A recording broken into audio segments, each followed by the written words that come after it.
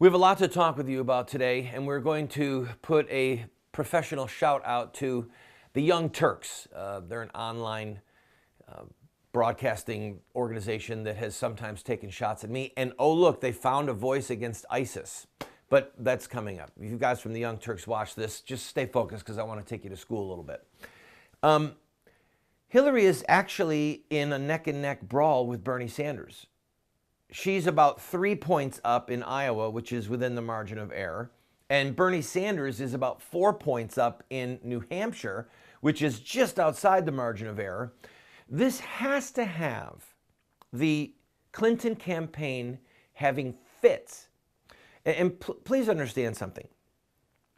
Hillary Clinton, if her name did not end with Clinton, there's no way in heaven or the hot place that she would be the front runner right now. She would not be a contender for the presidency. This is the Democrat machinery wanting frantically to have not only the first black president, which they have, but the first woman president. This is a thank you to her, a payback for her and to her for putting up with her husband's treacheries, betrayals, insanities over his presidency. She did a horrible job as the Secretary of State. She has clearly lied regarding Benghazi and her private email server. There are a lot of reports coming out that she may be indicted for the email scandal. Given all of the baggage that she has and the fact that she stinks in front of a crowd, she's not inspiring. The only reason she is where she is at is because she is the former First Lady.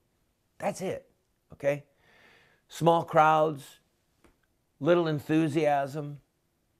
Bernie Sanders, on the other hand, as Sean Hannity calls him, the old curmudgeon, huge crowds of screaming young socialists wanting more free stuff from the government. Only young people, it's not free. Somebody has to pay for it. And someday you're going to find out. Oh, there's a funny thought. There's a funny thought. These young people that are screaming for Bernie Sanders to get them free stuff, some of them at some point are going to have jobs. They're going to be moderately successful. And they're going to be alive when our economy collapses because the dollar collapses because of our debt. They're going to see the meltdown of the U.S. dollar, and they're going to see perhaps the U.S. government declare bankruptcy or not pay its debt because of the stuff that they got now.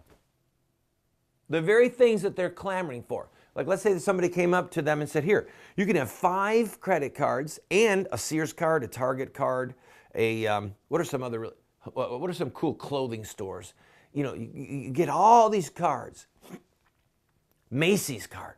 And now you just go, spend, get what you want, get what you need, get what you deserve, get what the rich people have held back from you.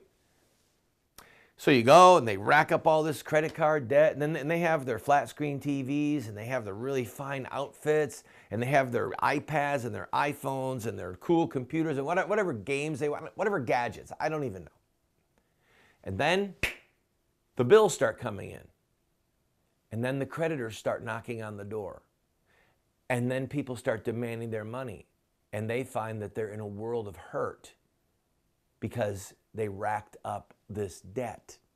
They got what they wanted in the short run, but there was a long-term price to pay. That was a very unscripted rabbit trail.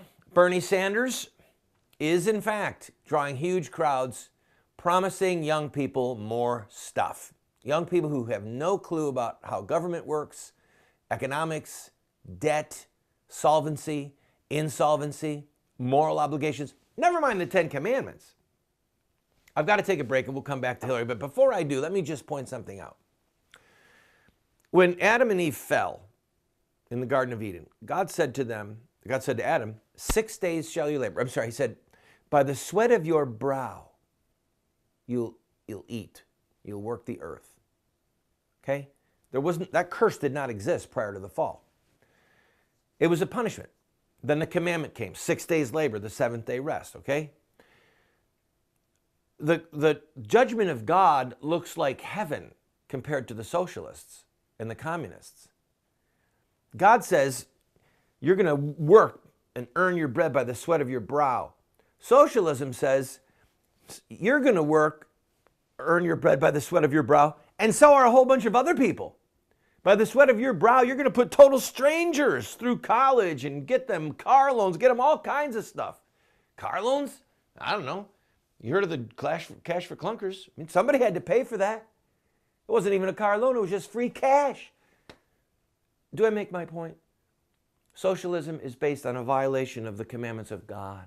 You shall not covet. Don't steal. 6 days shall you labor, and on the seventh day rest. Remember that the next time the government is trumpeting, somebody in the government is saying, we're going to give you this. Just say, where'd you get that? Has anyone fingerprinted it? Did you steal that?